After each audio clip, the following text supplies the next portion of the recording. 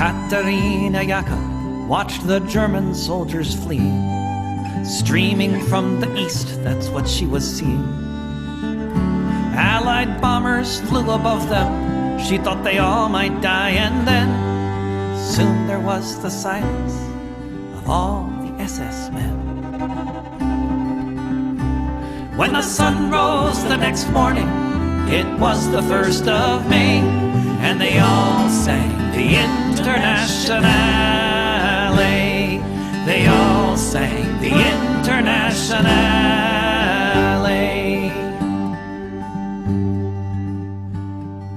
Katerina Jakob saw red flags flapping in the breeze above the Russian tanks, and she fell upon her knees.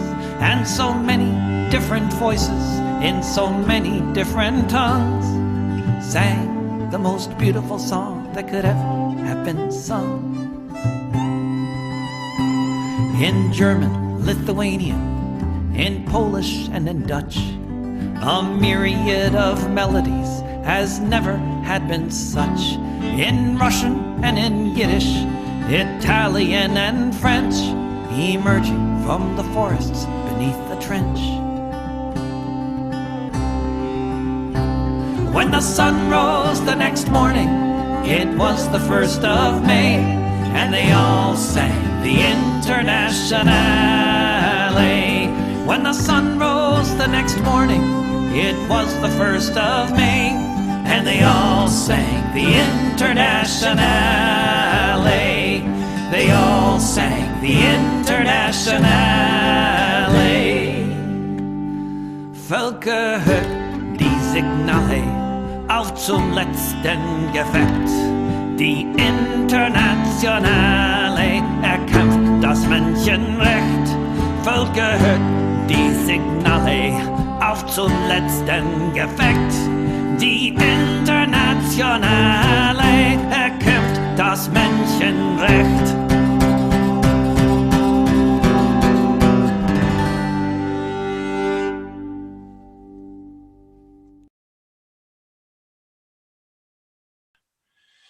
Hello and welcome to Revolutionary Socialist Review. This is Chris Driscoll, and along with me is my cohort, my partner in crime, and our co-host, Rainer Shea. How you doing, Rainer? I've been thinking about the kinds of infiltration tactics that these shady actors, intelligence actors, can use to try to sabotage movements. And I hope I can talk about some of my stories at some point on this program, because I've got some stories that are pretty outrageous, pretty disturbing, but also kind of amusing. Okay. Well, then we should launch right into it, I would say. That sounds exciting. I'm looking forward to it. And our first topic tonight, just because this was the day of the Electoral College, the day that these people got up one after another and said, I don't know what the fuck they say, Colorado gives its 13 votes to blah, blah, blah. Anyway, the upshot of all this is that Biden was affirmed president-elect by the Electoral College today. And a real interesting poll came out yesterday. The overwhelming majority of Trump supporters do not consider Biden legitimate, but most voters say the election was over and settled, or should I say is over and settled. So this polls by CBS News, despite the Electoral College vote to certify Biden as president-elect today, a CBS News poll released yesterday finds that 82% of Trump's supporters think Biden is illegitimate and Trump should still fight to oust him. Still, 62% of the US population, which of course is a much more tremendously large sample for this poll than just Trump supporters. 62% of the US populace consider the matter over and settled. Only 25% of the populace think Trump should not concede. So a little interesting election news there. More evidence that Trump's hoped for coup is petering out, that his supporters are all bark and no bite, apparently. They're willing to stand out and make asses of themselves very loudly, but as far as actually doing anything about it, so far they haven't. What are your thoughts, Rainer? Recently, I saw that the Arizona State Republican Party had retweeted something calling for people to sacrifice their lives. Yeah, it was definitely calling for people to sacrifice their lives, put their bodies on the line, and they retweeted it and said, "He is. Are you?" Yeah, I posted that on my Facebook page. That's kind of funny, isn't it? A lot of wackos here. What can I say? But, Arizona gave their votes, all their electoral votes, to Biden. So, who's to say? Biden's far less nutty, I think, but far more effective evildoer, far more effective minion of the capitalist ruling class. So anyway, Right. yeah. Right.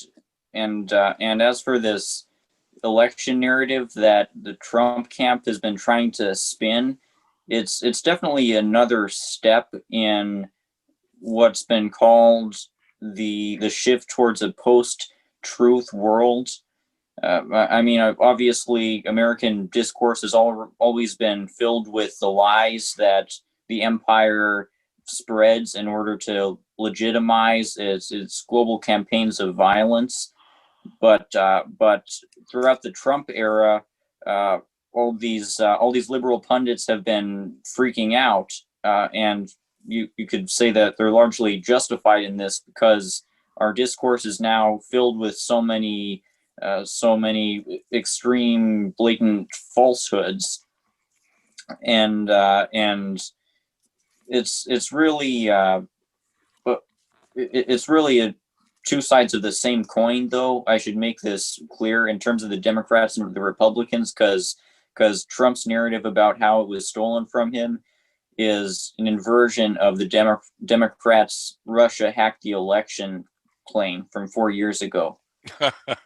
Yeah, not to mention that both parties always, and for 180 years in the case of the Democrat Party, for more than 150, but no, like 160 at least years in the case of the Republican Party. Both of these two major capitalist parties have been trying to rob each other blind with every illegal election fraud they could possibly think to do all over the country. It really depends a lot on who's running each state. In a state that Republicans run, the Republicans have a lot more access to cheating. And in a state the Democrats run, they have more access to cheating. So, that gives the Republicans right now somewhat of an advantage, because the Republicans run a few more states than the Democrats do, but they both do this. That's the absurd thing about all these claims that they keep shouting at each other. So the whole thing's absurd. One of the many reasons I don't vote, and I don't think that anyone else should either. It's just an absurd idea to begin with, to vote on elections that we know are predetermined. We know from all the facts, from study after study after study, that big money determines who wins and who loses. I mean, I could cite a study that showed that in 94% of congressional races, the person who got more big money from the dirty money billionaires won the race. It's pretty simple. And any intuitive person, anybody who knows even a smidgen about politics in America would agree with that money determines. So, I mean, the whole thing is corrupt from beginning to end. Anyway, any more on that? Well, this comes from one of my close friends who's been observing about this whole election fraud controversy in this last month, that it's almost as if the Democrats have teamed up with Republicans to propagate these claims, because Trump has been making these blatantly false and misleading claims about election fraud against him. Now the Democrats, the corporate or establishment Democrats can try to shut down any future claims of election fraud from the left wing of the party, and say you're using the same tactic as Trump. Why should we take you seriously? It seems like a good way to shut down, or try to discredit these concerns about election fraud that are legitimate, and that, as you describe, or as you allude to, really dominate the electoral landscape in this country. America's electoral landscape is so incredibly corrupt, that there's really a smoke screen that hides the incredible extent to which these elections are manipulated. It was really an eye-opener for me to see how the Democratic Party screwed over Sanders in 2016, and how the main conversation when it came to election rigging that year involved some rude emails from Democratic Party insiders. That wasn't 1/1000th of the story. The main story, I think, was massive voter suppression and the electronic flipping of votes that took place in the 2016 Democratic primaries. And now that Trump has made a fool of himself in this regard, it'll probably be easy for people to shut down future concerns of election fraud. Yeah. That's all true.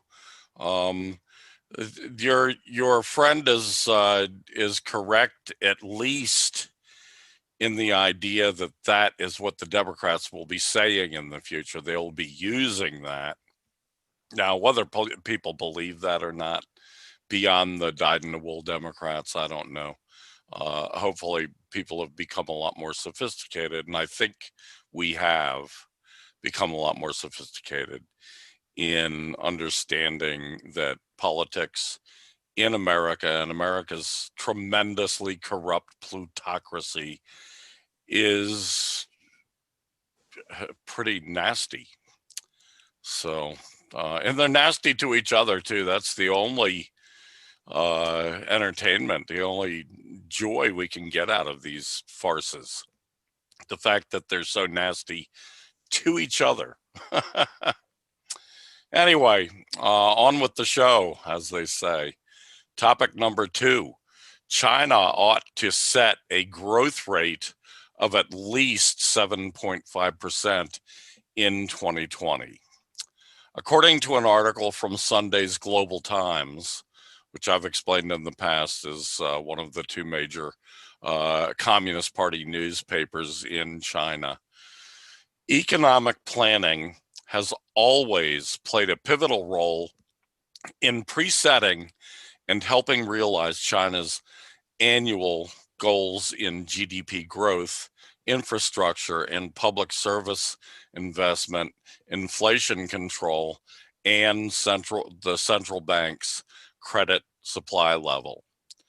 For 2021, the policymakers, while ascertaining the country to be able to attain a growth rate of at least 7.5%, need to pay higher attention to addressing challenges such as the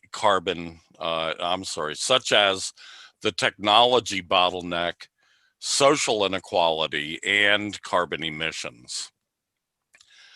The Central Economic Work Conference, which will be held this month, choreographs economic targets, which will be made public when the National People's Congress meets in Beijing in early spring. As 2021 is the first year of the 14th five-year plan, the world's eyes will focus on how the Chinese government maps out its policy priorities and economic action plans, which are certain to cause broad reverberations and ripple effects across other economies. By all metrics of calculation, China's economy in the first quarter of 2021 will likely get off to a strong start, jumping from the lows seen in this year's early months when Beijing ordered a shutdown of all non-essential economic activities to stave off the spread of a sudden COVID-19 onslaught. The success of the government's effort to clamp down on the contagious virus has laid the foundations for China to make a stellar economic recovery starting from late April. High quality development will guide China's economic planning for the coming 5 years. If the country is able to achieve an annual average GDP growth of 5% and at the same time weather probable geopolitical struggles with the US-led Five Eye Alliance, this country will become a fairly prosperous economy by 2025, with per capita GDP reaching $15,000 a year. That's in US money, $15,000 or more, creating a colossal market size unparalleled in human history. So some good news coming out of the economic forecasters in China. You know Gordon B. Chang? I don't think so. He's this public intellectual. I don't know how much you can call him a public intellectual because his arguments are clearly extremely biased. He's kept claiming that China's fall is imminent, that what we've been seeing in recent decades in China is just the temporary era before the moment of rapid collapse. And earlier this year, when China's economy started contracting, Chang tweeted this smug tweet doing victory laps, saying that he was proven right, that China is falling right now. It's all going down right now. This is ground zero. You aren't stopping this. But then, like a few months later, China was seemingly the only country in the world that was economically growing, practically the only country in the world that was economically growing at a moment when depression was sweeping the capitalist world. Can you think of any other countries that have economically grown in the last year? It's really incredible for this era of capitalist collapse. Yeah, I think probably Vietnam and Laos Unsurprising. are the other two that you were just asking about, other countries that have grown at a pretty phenomenal clip, considering that we are in the middle of the worst global depression since at least since the 1930s. So, but yeah, I mean, China's pretty phenomenal, and it all amounts to, you know, having a socialist workers state in control, and having a communist party be the guiding light for that state, having the state be in the hands of the working class and the peasantry, I guess they'd still call it, although I think probably it's a kind of a misnomer to call the farmers in China these days peasants, but you know, I mean, it's tradition that they still do. But yeah, I mean, I think the farmers basically a part of the working class. That's how I look at it, and I think that's how Mao looked at it as well. How he approached it. So didn't make this huge differentiation that some earlier Marxists, including Marx himself, made between the peasantry and the working class, the industrial, you know, working class. Anyway, yeah, I mean, to me, it's just phenomenal that they have sprung back the way they have. To me, what's all important is the application of the Leninist new economic policy kind of socialist mixed market economy. I think that's what works given this global capitalist imperialist market. That's a very hostile ground for any socialist country to contend with. And the Leninist new economic policy, which was first developed in 1921, enables countries to better maneuver their way in and out and through all of that, especially given the fact that they know that we all know the imperialists will be gunning for them. We'll be lobbing shells in on them. We'll be droning them and bombing them and whatever they can do. Lobbing in info bombs and cyber bombs and, you know, so forth and so on. Given all that, the Leninist method works best, in my opinion.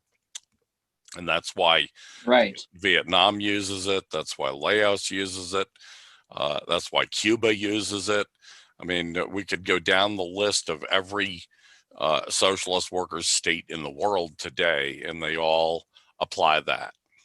I don't even know if you would call Nicaragua a socialist workers state, but they apply that same thing as well, that same method. So it works, and it works phenomenally better than any other system. When we get rid of this capitalist market, when we get rid of capitalism, when we get rid of imperialism, you know, then maybe we can start discussing moving on to a more collectivized, more nationalized kind of economy, fully nationalized, because of course, you know, China or Cuba or Vietnam, they are collectivized and they are nationalized, but they also leave room for the cooperative sector, which is a kind of private property, but it's not capitalist private property. It's collective private property owned by all the workers equally. and they leave room for small and mid-sized businesses as well. So, you know, it's a more workable working system, in my opinion. But you know, anything else on that? No, I feel like we've discussed this very extensively on this show, as we should. This is something good for socialists to think about. Yeah. Okay, next on the list, one from Rainer Shea, and we've got actually 4 articles from Rainer Shea this week. Well done, Rainer. Topic number 3, America's role as the imperial core is why it's suffering. Right. Specifically, why the U.S. is being hit by COVID-19 the hardest. I think that right now there's 300,000 COVID-19 deaths in the United States, which, from what I know, is far more than in any other country, even other really badly governed neoliberal countries like Brazil or the UK or India. So obviously there's something unique about the United States. It seems like there's something exceptional, you could say, about the United States. And what's exceptional about the United States is that because of the fact that it's positioned itself as the core of global imperialism, it's set itself up for a catastrophe that's as big as this one. It's no coincidence that the United States is one of the most unequal developed countries on earth, and it's no coincidence that the U.S. is the only major country without a universal healthcare program of some kind. And it's no coincidence that the U.S. has been hurt by these neoliberal austerity programs to a greater extent than even Canada or these European countries or Australia. It really seems like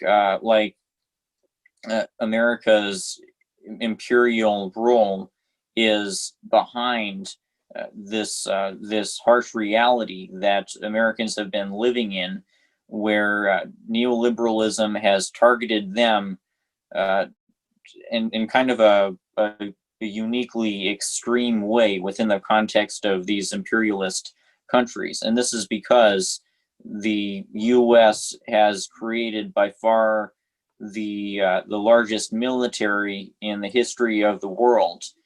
It's mind-boggling how much the U.S. spends on its military. In the last couple decades alone, the U.S. has spent over $13 trillion on its military, and that's compared to the $15 trillion that it spent between 1948, I think it was, and the beginning of the 21st century. So it looks like in the last couple of decades that already incredible military spending has drastically increased. And this has happened at the same time that U.S. wealth inequality has been drastically growing, and there's been a huge recession, and U.S. household debt has ballooned to record levels.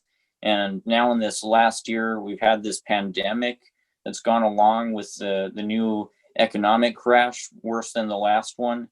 That's increased child hunger by something like 14 times. It's created these sad scenes of thousands of families trying to get food at food banks and these long car lines, thousands of cars. I should also mention that it's likely that by the end of this year, after the end of this year, something like 14 million people in the U.S. will get evicted because our government is deliberately inept at providing some kind of assistance to this landlord situation. So this is the mess that the U.S. has gotten itself into through its unparalleled militarism. It's really incredible. I say again how much the U.S. has spent on its war machine, and it's spent so much on its war machine because it's had to maintain its position as the core arbiter of global imperialist violence. Yes, absolutely. Well put. And this, this is a repetition of the history of empires. All empires go through this phase of overreach. They go through this phase of becoming more and more onerous on their own people, imposing higher taxes, imposing on their own people, imposing more and more austerity, more and more debt, all of which the working class in the United States basically carries on our backs. So, yeah, I mean, the cost becomes worse and worse and is already tremendous. That's why I never really take too seriously these people who, pretend that the working class in the United States is so highly advantaged because it lives in the hegemonic leader of global imperialism. I see it as always having been quite the opposite, that we are far more exploited and have always been far more exploited. If you look at what is from terms of Marxism, Marx has worked, what is the basic exploitation? The basic exploitation is how much surplus value do workers create and how much of it comes back to us, as opposed to how much of it is skimmed off the top, directly off the top in profits that are taken by the capitalist class. And it's pretty obvious to me, and always has been, that the fact that we are carrying the load, we the working class are carrying the brunt of the cost of U.S. empire, of U.S. imperialism. I mean, I think that ought to be explained to all working class people and even to all middle class people, because middle class people are carrying a lot of the brunt as well. And, we would all be far better off. If we got rid of imperialism tomorrow, our mines and mills and factories and offices and shops would be exactly as productive as they are today. The only difference would be that more of that surplus value that we create, that we, the working class, create through all of that, would be available to come back to us. As it is right now, it's robbed by the capitalist class, partially for their own profits and partially to pay for this god-awfully expensive empire that we pay for all around the world. Imagine 1,000 military and espionage bases dotted all around the world. That's a fuckload of money that we pay just for those, not to mention all the extremely pricey exotic weapons systems that they insist on constantly building and developing, to the great detriment of everything else, the great detriment of our infrastructure, which looks a lot like third world infrastructure in many places in the United States, and is crumbling just like a a poorly maintained infrastructure. Yeah, the costs are tremendous, and people need to understand that and become aware of that, and become aware that imperialism, not only is it threatening all human life, which it is doing in a couple of major ways, like in environmental disasters that it's causing, in the threat of nuclear holocaust that it is responsible for, but it's also the tremendous costs that we shoulder on our backs. It's really, you're getting my dander up when you talk about this stuff. Anyway, anything more on that? Oh, you make a good point about how we would be better off if we got away, if we got rid of imperialism tomorrow. It's sort of a counter to the idea that Americans in general benefit from imperialism, and we should acknowledge that there's two aspects of this issue. On the one hand, Americans do benefit from imperialism in some respects, like we get the spoils in many cases of neocolonialism, but it seems like it's like in this day and age of such incredible inequality, it seems like that those benefits largely consist of being able to buy Hershey's bars that come from slave labor in Africa at a convenience store. Meanwhile, in the meantime, you're having to worry about being evicted. There's a good chance right now that you're worrying about being evicted, or that you're hungry. You can't feed your kids. You can't do so many things, and you may be complicit in this structure if you buy from these slave labor companies, but at the same time you're also a victim. There's layers to this global structure of capitalist violence.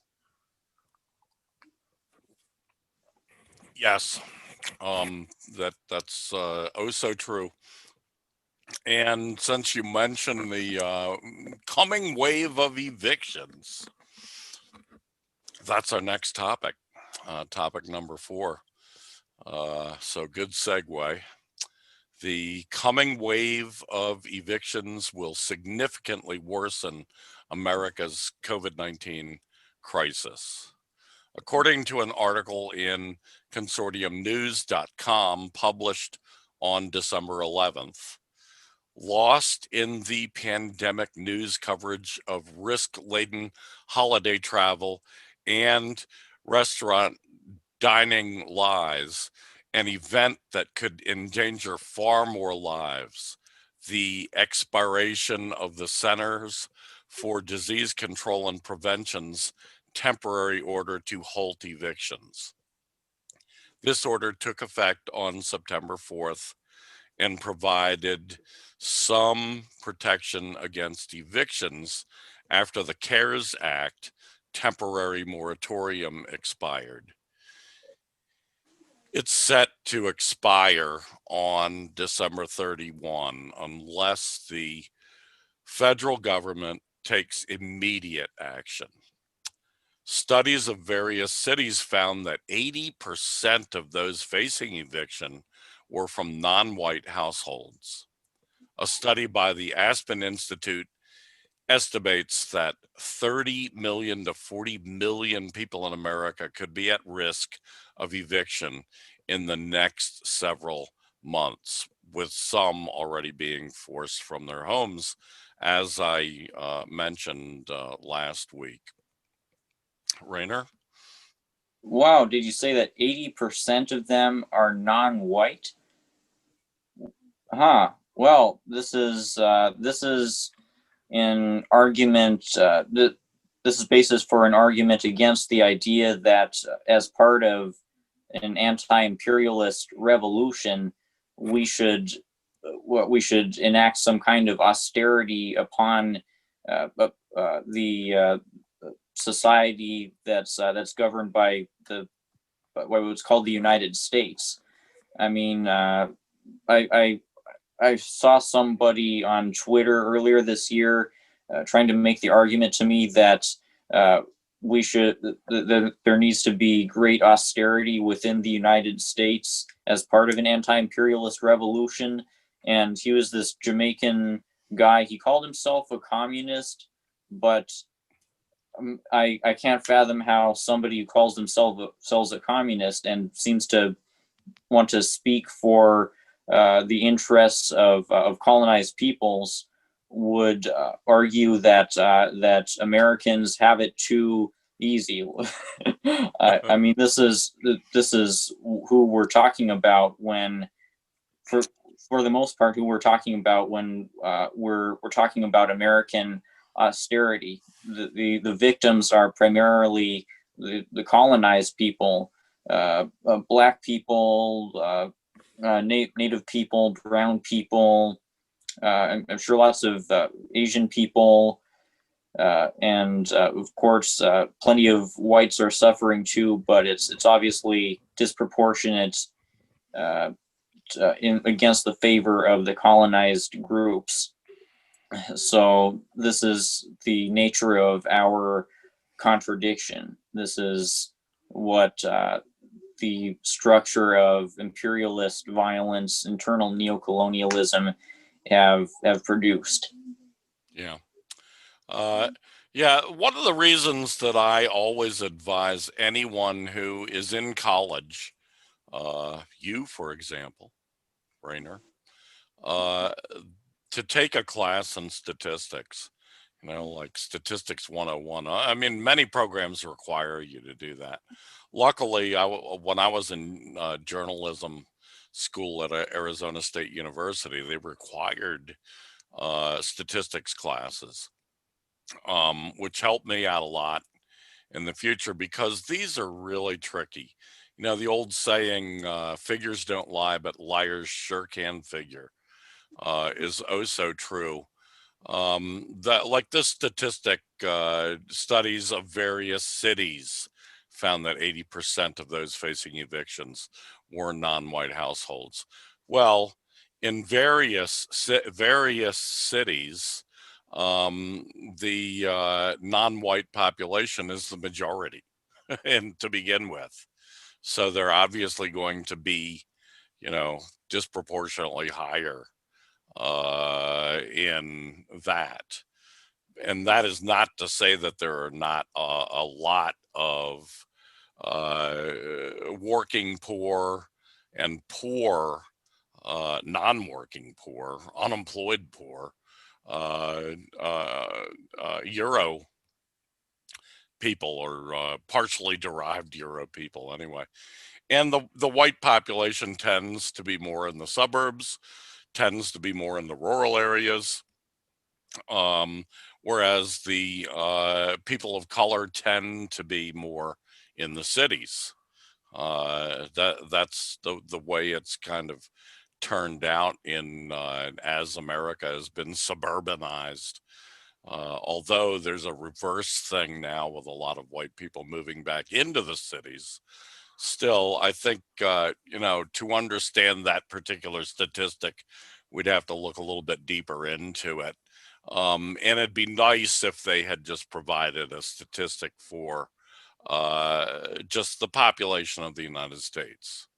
I mean, 30, 40 million people, that's a whole lot of people. There are 325 million people in America. So that's a goodly chunk of people getting kicked out of their homes that they rent and homes that they own through mortgages that they're going to be evicted from or foreclosed upon. It's still pretty bad news, no matter which way you look at it.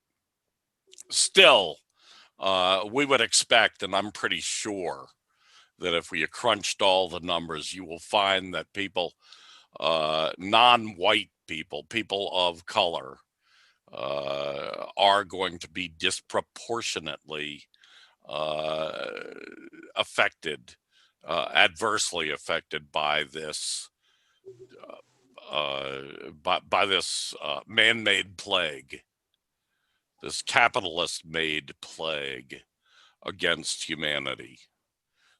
It's really a terrible, terrible thing, and we can expect a lot of backlash. We should be, every communist in America, every socialist in America should be keeping our eyes open for opportunities to help people band together, help people learn more about solidarity in fighting this, because this has all happened before. We've done it before. We've been through it before. We know what to do if we just study our own rich working class history in this country. We know what to do. You know, I mean, people in the 1930s, they would get a whole neighborhood together. And like when they would have auctions of the house that the person, that the one family was getting kicked out of, they'd get a whole neighborhood together, and then the people in the neighborhood, they'd intimidate anybody who was going to bid on this, and then certain ones were designated to bid like $2, you know, and then get it at some ridiculously low price, and then just give it back to the family. Things like that. You know, there are ways to fight this kind of evil wrongdoing, and we should all know that this is wrongdoing. What's happening. I think a lot of people will step up and step into the fight back in response to this kind of really should be criminal behavior. It's not criminal. That's criminal in itself that it's not criminal. It's just overwhelmingly wrong, and any decent human being should be fighting it. Anyway, any more on that? No. Okay. Next on the list, topic number 5. The top 1% of households own 43% of global wealth. The top 10% owns 81% of global wealth, while the bottom 50% have just 1% of global wealth.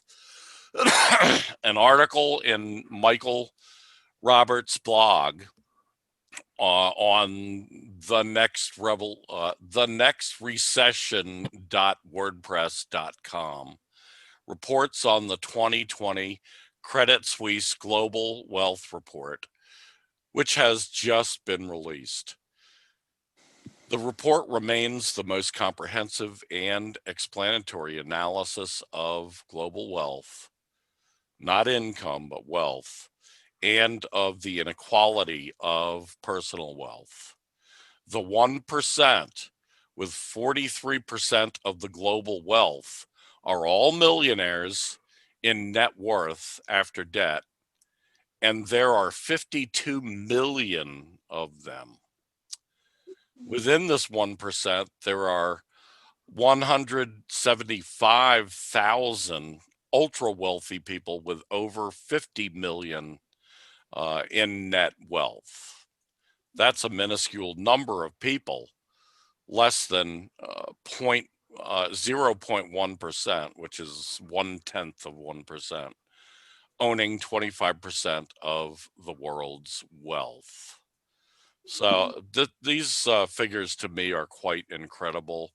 The global millionaires and billionaires who own such a tremendous amount, and yet the bottom half of humanity owns 1%, and a whole large chunk of that bottom half owns nothing at all, includes me. I mean, you know, all I own are little, you know, personal possessions that I could put into a couple boxes and a couple of bags and tote on out of here. And that's the way most people in this globe live. A lot of people are a lot worse off than I am. And I can only imagine that, the difficulty dealing with living through that kind of extreme poverty. So, especially on top of all else that we've talked about tonight, I think that this is pretty pertinent. Right. I remember an article from 4 years ago in Truth Out that said the biggest threat to the 1% isn't the 99%, it's the 0.1%, which now that I've become a Marxist, I'm skeptical of this sentiment, because even though those ultra wealthy people, those mega millionaires and billionaires are far more wealthy than the millionaires or these wealthy entrepreneurs, or and especially more than the petty bourgeoisie, it really seems like the capitalist class as a whole, they're clearly unified in their interests. They certainly know that that abandoning neoliberalism would not be good for their class interests. There's some dissenters like Nick Hanauer, who's warned that the pitchforks are coming for people like him if the U.S. capitalism doesn't abandon if it doesn't abandon neoliberalism. But it's clear that the capitalists, the bourgeoisie, even including the petty bourgeoisie, they're unified in what they want, because however bad capitalism is, to them, socialism is infinitely worse. Yeah, definitely. Okay, next on the list, another one by Rainer Shea, Climate Change as a Cold War Propaganda Tool. Take it away, Rainer. The ideas within this article have been bouncing around in my mind for a little while throughout this year, ever since I learned about NATO 2030, which is the project that these NATO technocrats plan to carry out, where they'll absorb Australia, South Korea, Japan, and New Zealand into NATO by 2030. And part of their marketing strategy for doing this is to create a more unified political front for fighting climate change. Apparently, NATO 2030 is going to create an aspect of NATO's judicial power that's really more involved in the internal political spheres of these countries than the current NATO is, and it apparently fighting global warming or environmental related policies will be a big part of this. But of course, this isn't ultimately going to help with the fight against global warming, because as we know, militarism is one of the biggest sources of carbon emissions. And NATO 2030 is all about building up that war machine and preparing for war with Russia and China. So it seems like these technocrats are using the environment, using the cause of fighting global warming as a cynical marketing tool for selling this consolidation of imperial power and this greater effort to militarily intimidate Russia and China. And this cynical marketing ploy is also now being used by the democratic imperialists who are about to come to power. John Kerry, who is going to have a role in Biden's administration, heads a think tank, a DC think tank, that has called for greater military buildup against Russia and China as a response to global warming. It sounds illogical on its face, but this is what they're trying to sell the public, or this is their official line that they want to rebuild America's military bases in the Arctic and prepare for a war scenario against Russia and China, and continue this process of military buildup as a means to counter the environmental catastrophe. I mean, this is the depth of the counterintuitive propaganda that these imperialists are using. This is what John Kerry wants us to believe is a good solution to the environmental crisis. Not paying reparations to the colonized, not trying to reduce the wealth gap, not trying to significantly reduce carbon emissions. What their diagnosis is that we need to engage in more Cold War military buildup, which I think is interesting, because this is also the marketing ploy for NATO 2030. It's the greening of imperialism, the green rebranding. Mic off. You're talking, but the sound isn't coming in. There. Must have hit the button by mistake. There we go. You hear me now? Yeah. Okay, sorry about that, folks. Yeah, that's I've seen this going on for quite some time, especially the military. You know, it seems to be using climate change, global warming, as a Cold War propaganda tool. I mean, we know that they did everything possible to try to slam China back in the days when China wasn't quite as aware, let's say, socially aware of the need for global warming mitigation and for other. I mean, global warming to me is just one of many really disastrous, drastic environmental issues that need to be addressed, and China's addressing them all quite well now, as we'll see in the next topic, which is some new policies that were just announced by Chinese President Xi Jinping. Yeah, I mean, the U.S. military has been doing this for a long time.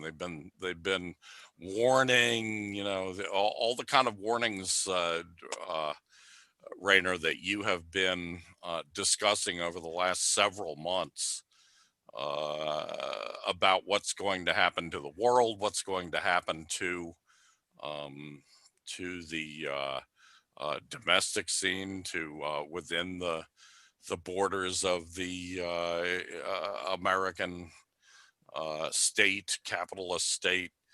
This is really getting drastic, and it's no surprise at all that some of these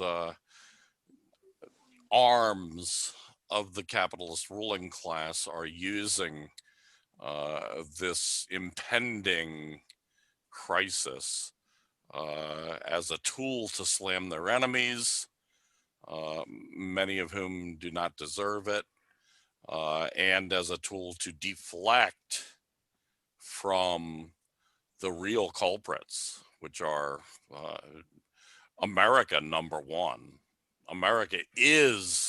USA is number one in its pollution, in its misuse of resources, in its burning of fossil fuels, in its churning out more per capita of greenhouse gases than any other nation.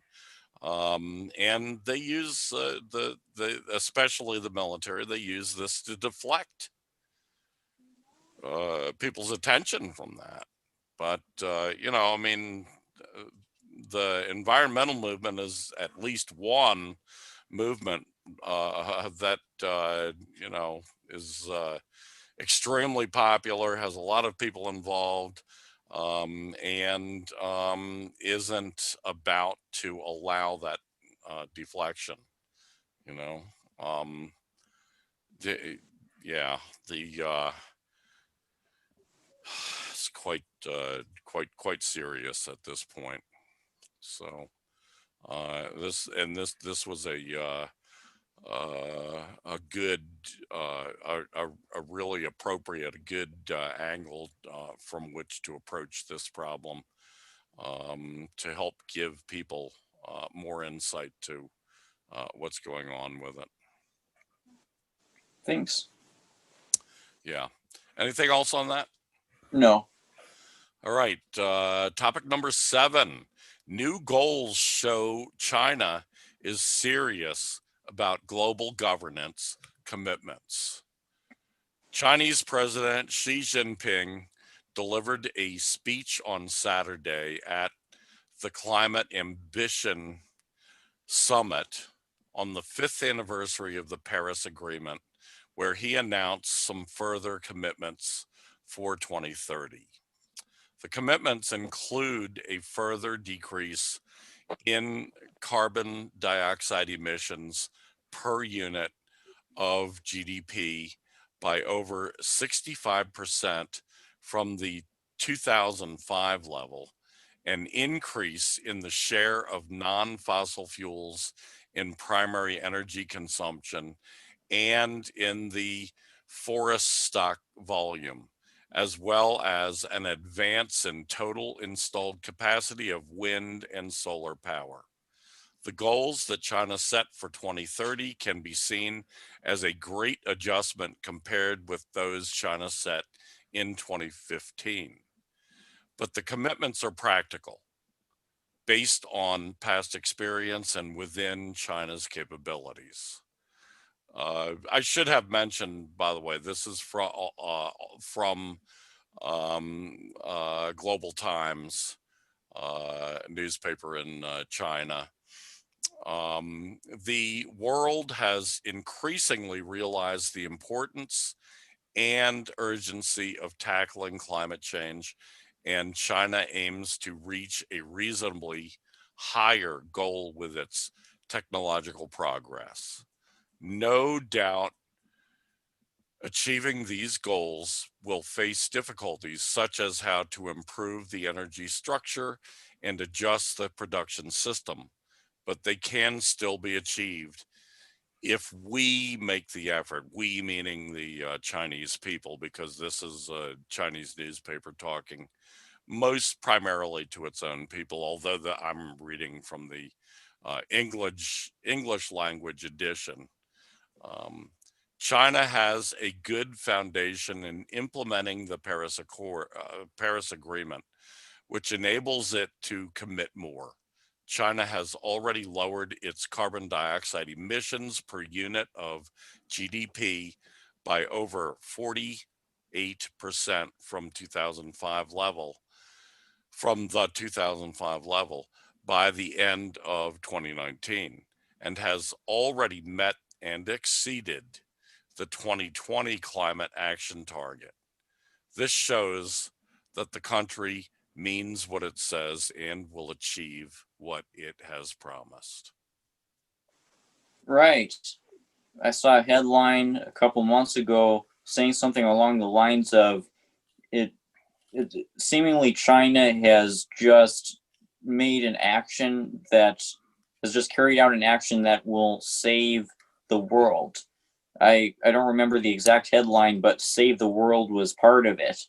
And this was really incredible, so powerful, because I feel like, as someone living in the United States, I feel like the world is just headed towards hellish nightmare where necropolitics is encroaching in all its forms, and there's, in addition to this inequality and these genocidal policies and these warmongering policies and the slaughter of all these poor and marginalized people, there's this perpetual trend towards an apocalyptic climate scenario, and we have this government that's actively trying to sabotage research into climate science for the purpose of this capitalist accelerationism, of this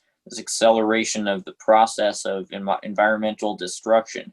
They know what they're doing, and they're not going to stop it. And this next U.S. administration is going to acknowledge the science, but they're going to ramp up the militaristic policies that are very much in such a large part contributing to the greenhouse gas crisis. So it's one few good pieces of climate news that China is making these really drastic, fast-paced steps to reduce emissions. I wonder if China is going to be the factor that saves the human race in the end. Yeah, well, they're going in one direction. The American empire and some of its allies, like India, for instance, are going in the other direction, unfortunately. India and Brazil and several others of these toady G20 nations. That's it's frightening, but the majority, the great majority of nations in the world are at least, I think, trying to keep up with the commitments that they've made. The United States didn't even make the commitments. They wouldn't even sign the Paris Accords. They wouldn't sign the last accords. What was it? The Kyoto Accords. That this country under Democrat and Republican regimes has been a do-nothing country when it comes to signing on to the minimalistic United Nations accords. Yeah, I mean, what we really need in the world today is a much stronger global government that could really crack heads and make severe penalties to put on any nation that's as much of a criminal rogue nation as the American empire is, as the United States under the capitalist class is. So anyway, topic number 8. U.S. hits search and destroy against the new Silk Roads.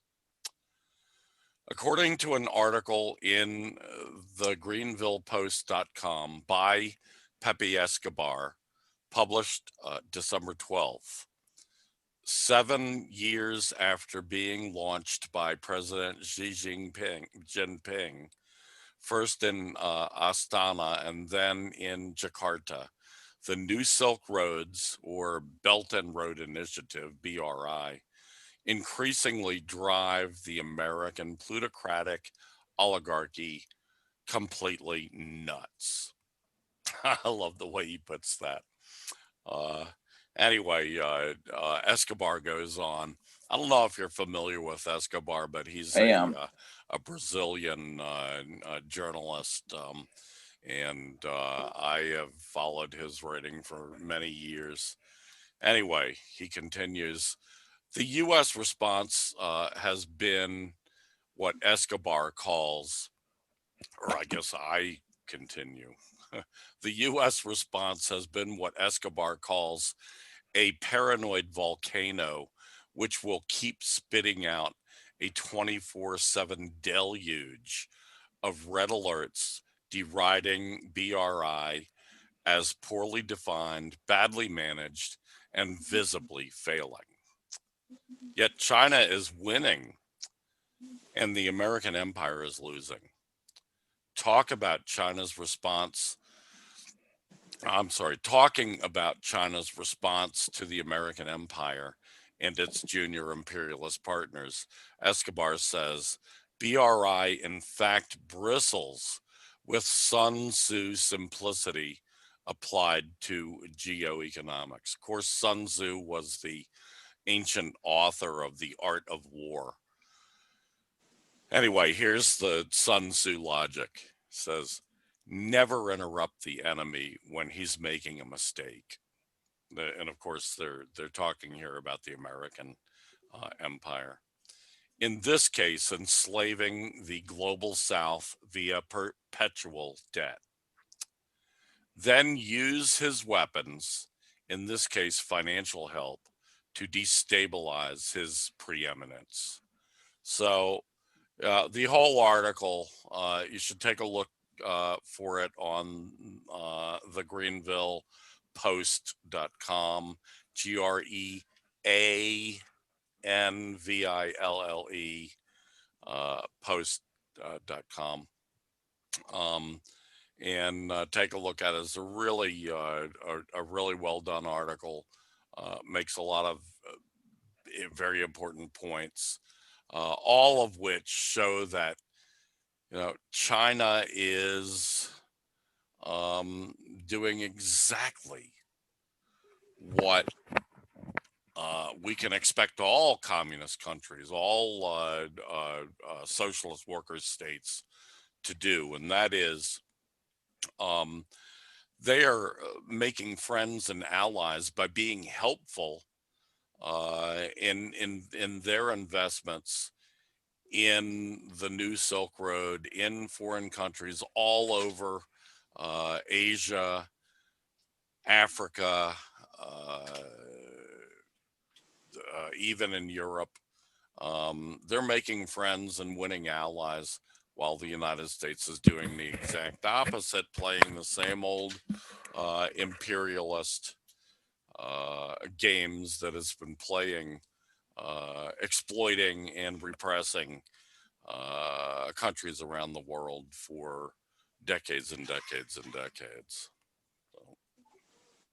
Right. Thailand is a good example of this shift that's been taking place, where China has offered Thailand really legitimate incentives for becoming an economic partner. It's mutually beneficial, and the same has been the case for Nigeria and all these other countries that China has been trading with in recent years.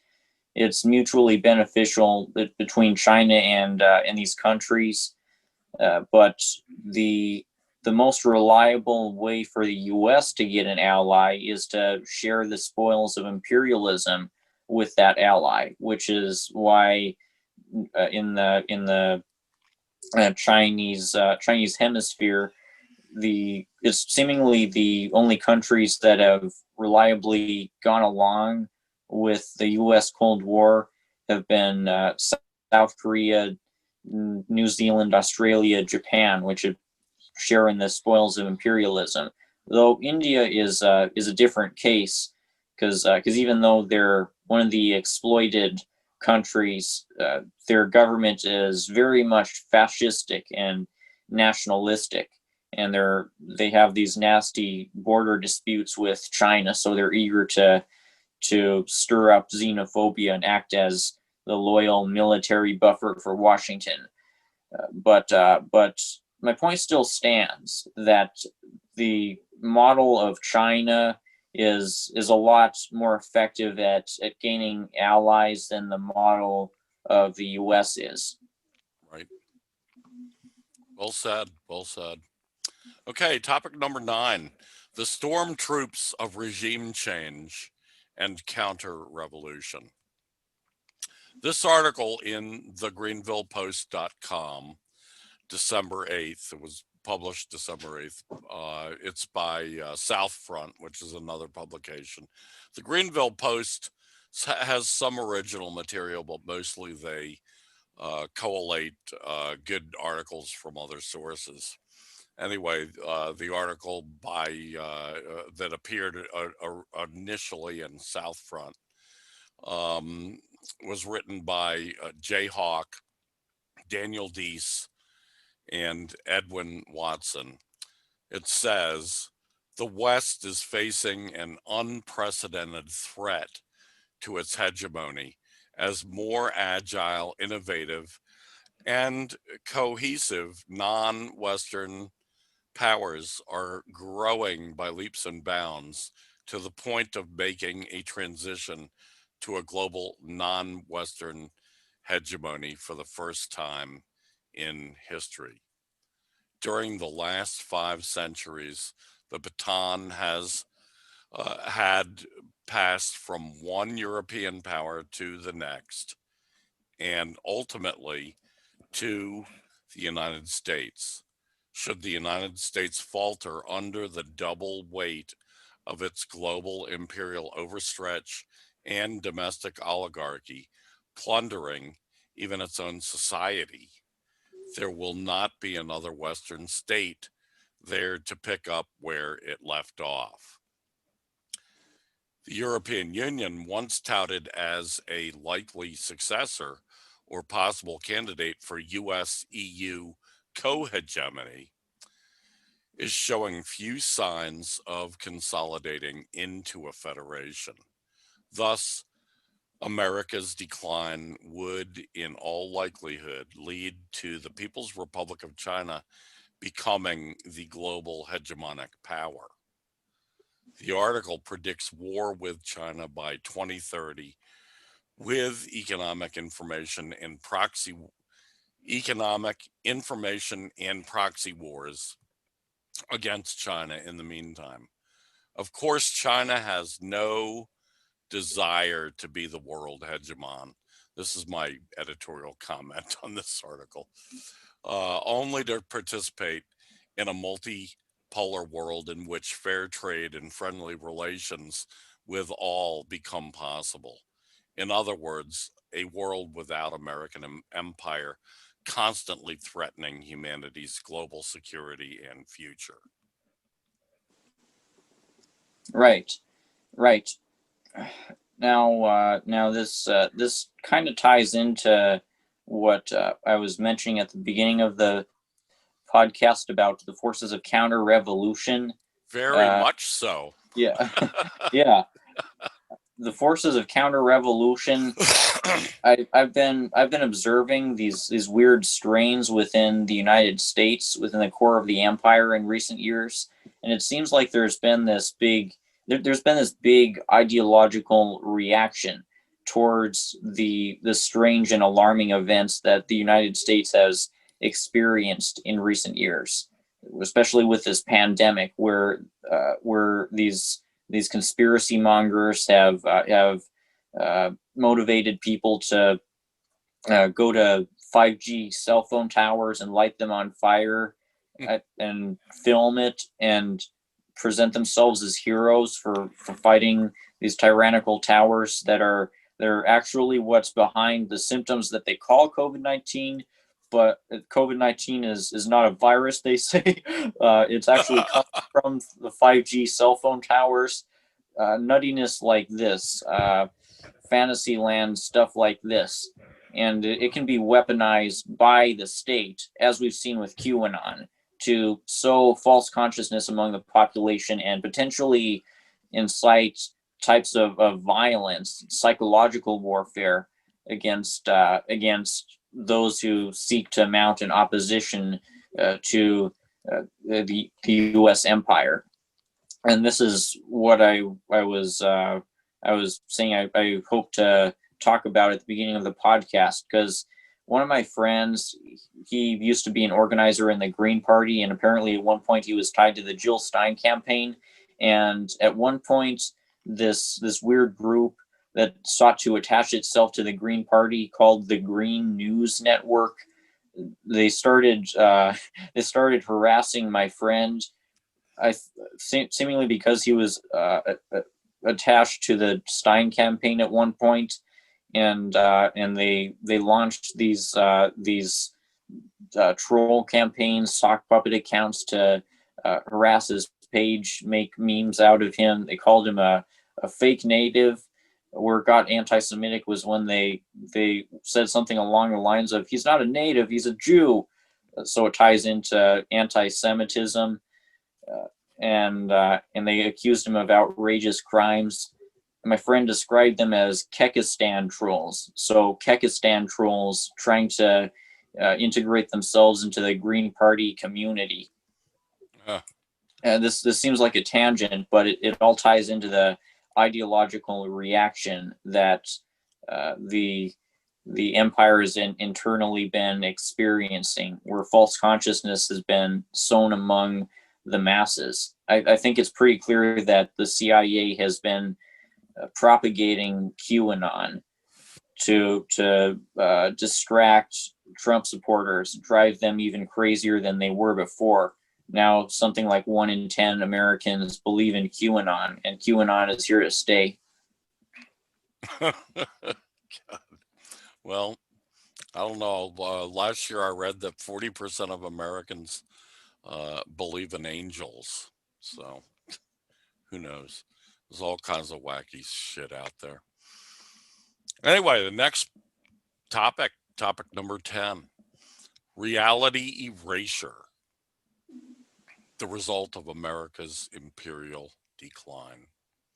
Again, this ties into what I've been talking about this movement towards a post-truth society, as the liberal media has labeled it. I think that this is more of a descent into a fascistic paradigm, towards the kind of fascism that is capable of emerging in the conditions of 2020's America, where there's this huge pandemic that's killed what could soon be 1/3 of a million people, and there are these escalating natural disasters caused by climate change, and there's this huge depression, millions of people getting evicted, millions of people hungry all of a sudden, and in order to fuel the ideological reaction I was just talking about, the state is trying to conceal information that can make people better informed, that can make them enlightened, that can make them class conscious. This last week, we saw an alarming instance of this kind of state censorship when Rebecca Jones, a data scientist in Florida, got raided by these armed officers. They confiscated this computer hardware with the purpose of trying to shut down Jones's independent COVID-19 data center that's exposing the true numbers of COVID cases in Florida. I took care to compare the numbers on Jones's site next to Florida's official state numbers, and there's a significant difference between these two versions of the reality right now, and this is really alarming because the state of Florida is actively trying to cover up the incompetence of Governor Ron DeSantis, and by extension, the incompetence of President Trump in his handling of the pandemic. They're trying to shut down this website that's telling people the truth about how many cases there are in Florida, to sell the official narrative. And I think this is so alarming because it relates to the ideological buffer that the forces of political reaction have been trying to propagate among the population. they've been propagating COVID-19 denial in many forms, like trying to tell people that they don't really need to wear masks, that we don't need to sacrifice these profits for these corporations, which is telling of what their priorities really are when they say stuff like this. And now we see a COVID-19 whistleblower having guns pointed at her family for telling the people the truth about the numbers. My head is kind of spinning right now with the alarming implications of this, because I think it's clear that in the coming decades we're going to see these kinds of raids conducted against whistleblowers of other kinds, against anti-imperialist journalists, against anybody who too directly challenges the narratives of this fascistic state. Yes, it's quite frightening, and definitely happening. Yeah, I was surprised at my weekly Saturday night Zoom dinner party, virtual dinner party, I guess you'd say. A few of my friends raised this thing about what happened in Florida, and I remembered you having raised it last week. It was quite frightening. I had been unaware of it at the time when you raised it, but I've looked at it since and seen what happened there. And this woman, I mean, this is the classic case of whistleblowers, and what happens to whistleblowers in capitalist America. We can see it over and over again, where the whistleblower, in other words, the hero, who's doing the greatest of public services, becomes the enemy.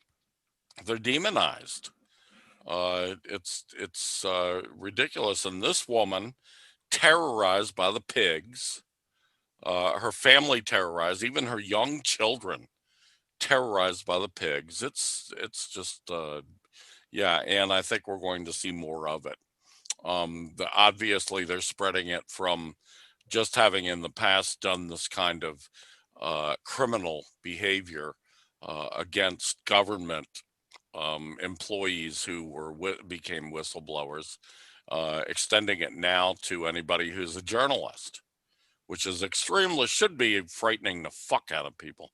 Should frighten the fuck out of any journalist, certainly, including me. I mean, I'm not a practicing journalist any longer, but I was as a career for many decades. And it's an insidious form of creeping fascism that's coming in on us, along with a lot of other forms of creeping fascism.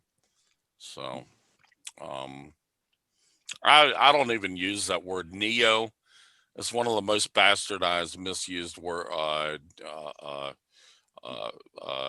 suffixes in the in the European language, Indo-European language, I guess I should say. So I'm not going to call it the new fascism, the neo-fascism. This is good old-fashioned fascism. There's nothing new about it. But what is new is that it's being applied more and more and more here in the home of the brave and the land of the free, so-called. Yeah, it's terrible. Okay, anything else on that? No. Next on the list, topic number 11, the black misleaders give the impression of exercising black empowerment when they are in fact only promoting themselves. This is another article comes with, man, I really rated the Greenville Post this time around. I got a lot of articles from this is actually an article from Black Agenda report first, and then Greenville Post picked it up and reposted it. And it's by my good Facebook friend, Margaret Kimberly, is one of the contributing editors, one of the managing editors, I guess you'd say, of a Black Agenda report. It's dated December 13th, which is yesterday, I believe. Yeah, yesterday. She asks, Kimberly asks, what do Black people need most right now? The list is a very long one, and includes living wage work, affordable housing, excuse me, protection from killer police, relief from student loan debt, and the establishment of a publicly run healthcare system. And then, quote, she says, if the Black political class have their way, none of these issues will be addressed in any serious way. Apparently, the members of the Congressional Black Caucus and the National Association for the Advancement of Colored People, NAACP, are most concerned with human resources issues. They want to make sure that Black people are appointed to cabinet level positions in the Biden administration. She calls it administration. As you well know, I call it the regime, the Biden regime. It is fine for Black people to be part of the revolving door of government that brings insiders to cushy positions in the White House. That is, after all, how the system functions. But it is another thing entirely for the attention of all Black people to be focused on whether or not some already prominent and highly paid individuals become the new Black faces in high places, she says. In the rest of the article, Kimberly details the poor economic conditions the great majority of Black people suffer under, the unequal impact of the COVID-19 plague has had on Black people, and the real needs of the Black community, and the inaction of the liberal Democrat Black misleadership that is more worried about getting positions in the Biden regime than in the sorry plight of their own people. The needs of the people are diametrically opposed to those of the donor class and their Black misleader minions, Kimberly concludes. What do you think, Rainer? This relates to college assignment speech that I did a few weeks ago relating to systemic racism and why the Democrats aren't going to address it. Systemic racism stems from colonialism and from the capitalist projects that have resulted from it. Because of the way the system of the United States is set up, fundamental disparities exist in how the different ethnic groups have access to wealth and how they're treated by the law. The Democratic Party does not want to pay reparations for slavery and colonization, return all of the land that was stolen from the indigenous First Nations, or do anything else that could undo these built-in inequalities. Additionally, the racial justice policies that Biden and Harris do plan to enact come with some policies that actively go against racial justice. Biden has called for an additional $300 million in federal funding for the police, and Biden's team plans to enact more austerity.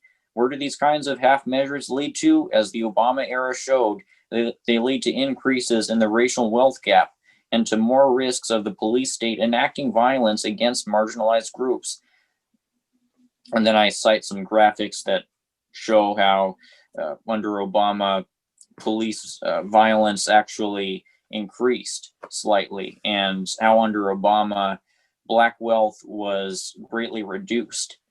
So these trends are clearly going to continue in these next 4 years.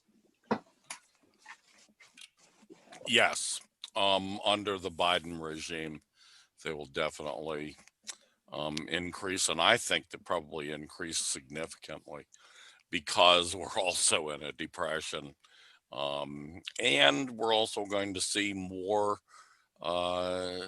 fight back by the black community, by the largely working class black community. Yeah, I was really happy to see Margaret writing this particular article. I thought it was very necessary. You also deserve kudos for that school paper that you wrote. Hopefully you got an A for that. It deserves it. Yeah, it was something that's very highly necessary at this point, especially with, as Margaret explains, how the black misleadership, the Democrat uh, uh, black caucus in the Congress and so forth, how they are feeding right into Biden's intentions here, rather than thinking at all about the black community around the country, about the black nation around the country, the African American nation. Anyway, anything more on that? No. Okay. The finale tonight, and I've been looking forward to this. I think this is so important to talk about, even though we're talking about a tiny sliver of the working class here, and a lot of them not even working class. A lot of them are more petty bourgeois. But topic 12, the DSA, that's the Democratic Socialists of America, leading the masses towards soft imperialism. Yes, I can see why you find it so interesting, because in this article, I speak to a lot of the red flags that the DSA has shown in recent years. It's notable that these red flags have appeared, especially throughout the Trump era, during the years when U.S. imperialism has been really visibly declining, and there's been this warlike reaction, this escalation of the Cold War against Russia and China, and the escalation of the hybrid warfare against Venezuela, Syria, and these other places. So it's unsurprising that the Democratic Socialists of America, this group that calls themselves socialists, so though sort of not, because you put democratic in front of socialism, you kind of imply that socialism by itself isn't democratic. So what's up with that? What's up with that is revisionism. The DSA has put out these propaganda pieces in recent years that have worked to reinforce a lot of the narratives that the imperialists are using to justify their warfare tactics against Syria, Russia, and China, including the proxy warfare that's related to Ukraine. I'm talking about this one interview that the DSA is featured with this author who's tried to shame anti-imperialists for pointing out the presence of U.S. intervention within Ukraine in the last decade. The major theme of these propaganda pieces has seemed to be that anti-imperialists shouldn't dismiss what the DSA considers to be the legitimate democratic struggles of the peoples in places like Ukraine, China, Russia, Syria. and this extends to Nicaragua and Cuba, as was shown by a DSA funded event from last year, where right wing regime change activists spoke at this socialism conference and denounced Cuba and Nicaragua, again with these big red flags for imperialist loyalty. So the DSA has put out these pieces that have tried to spin it as if anti-imperialist journalists like Max Blumenthal and those folks at the Gray Zone are just lacking in nuance. They're just mistaken. They're at best naive and at worst shills for these foreign powers. But really the line of Blumenthal and these people at the Gray Zone and communists like us who seek to expose these imperialist narratives is we're just going off of dialectics. We're just trying to dig deep into these issues and expose exactly which interests are benefiting from these geopolitical events, exactly who was behind the leadership of the Hong Kong protests last year, what sorts of class interests, geopolitical interests were behind the Hong Kong protests, and what was the agenda of the Hong Kong protest leaders? Because the evidence is overwhelming that the National Endowment for Democracy funded the Hong Kong protests, and and these leaders like Joshua Wong were very explicit in working for the interests of the United States. So these DSA liberals are just trying to justify their own complicity in these regime change missions and these color revolution tactics. In the case of Ukraine, they've engaged in some light apologia for the installation via Washington of a fascist regime in Ukraine that's waged proxy warfare against Russia and against the Russian-speaking populations within Ukraine, all to create a military buffer for Washington in its Cold War effort.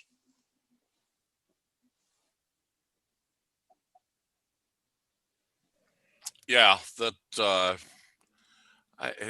this is just so amazing to me. I posted an article here on my Facebook page on December 7th. The article is published by the DSAUSA.org. So I presume that that's their the DSA's main website. And it says, "No to Chinese authoritarianism, no to yellow peril, democratic socialists," and blah, blah, blah. This just astounded me. I commented on this post. DSA once again proves what social fascism is: a racist, pro-imperialist, CIA-sponsored plot against the international workers' movement. I just can't believe that they're publishing this kind of shit. And I have friends who keep telling me, "Oh, DSA, I'm thinking about joining DSA. They're not so bad. There are Leninists who belong to DSA and blah, blah, blah." And I'm thinking, Jesus, if there are Leninists in this pro-imperialist, anti-socialist organization that has the fucking gall to call itself socialist and to call itself democratic, there's only one thing democratic about them, and that's the capitalist party that they have their heads up the asses of. It just astounds me. So yes, job well done. Good article there. That is sorely needed. And this is really troubling to me that American social democrats, and that's what these people are. They call themselves democratic socialists. you know, that's nonsense. But these social democrats are going through all of the same uh, the same awful anti-socialist behaviors that earlier European social democrat organizations went through, that the Soviet Union felt the need to label them as social fascists for many, I mean, I think the first reference to the term social fascism came from Redick, if memory serves, but was made in the Soviet Union in 1924. So even as early as 1924, they were already, you know, pegging these people right, that they were really social fascists, not social democrats in any sense, in any Marxist sense of the term. Uh, yeah, and it's been that way ever since, off and on. They swing back and forth depending on their needs, but it's really pretty frightening to see this happening. I mean, as I said to begin with, they're not that large and significant a movement. I mean, look what they've got in Congress. Hell, the Socialist Party of America back 100 years ago had, like, I don't know, 18 or 19 people in the U.S. Congress. Today, these people have, I think, two of their members in the U.S. Congress. So they're not, um, they're not a very big, significant threat to anybody. And especially, most importantly, to those of us who are Marxist-Leninists, certainly not that much of a threat to us. But we need to be continuing with this truth telling. So, any more on that? Well, that it's very strange that any Leninist would be part of the DSA, because the DSA site says that it cheers on what they call the democratic revolutions that transformed the Soviet Union and the former Soviet bloc. Right. They have to know on some level what kinds of horrifying events that they're cheering on. They're cheering on the imposition of poverty, privatization, austerity onto millions of people in these countries. It was a humanitarian catastrophe. All these people who could have had good, prosperous lives in this progressing society, they were forced to regress into prostitutes, beggars, uh, all these other byproducts of neoliberal capitalism. Yeah. Yeah. Well, I mean, it's real. A close friend of mine was for many decades a member of Solidarity, which was an offshoot of the IS, which turned into the ISO, and also had different various off. You know how these Trotskyites are; they have split upon split upon split. But anyway, this group Solidarity, they actually, I think they came from a merger of two groups, one that was a split from the IS and one that was a split from the Socialist Workers Party, and they formed. And many of her former comrades in that group are now members of DSA. That's where they operate. Uh, I would say, well, obviously those fuckers have turned into social democrats. But she didn't. She doesn't look at it that way. She's become more and more of a social democrat herself. So, I mean, in my opinion, she still pretends that she's a Trotskyist, but you know, I mean, let's face it, Trotsky himself was always, in his heart of hearts, he was always a Menshevik, you know. I mean, for a brief period during the revolution, he came over, he saw, you know, that Lenin had been right and he had been wrong. And he, you know, ended up joining the Bolsheviks for a while. But he was always a pain in the ass, a pain in the side within the Bolsheviks. So it's no surprise that his followers, even to this day, uh, have turned into DSA members now.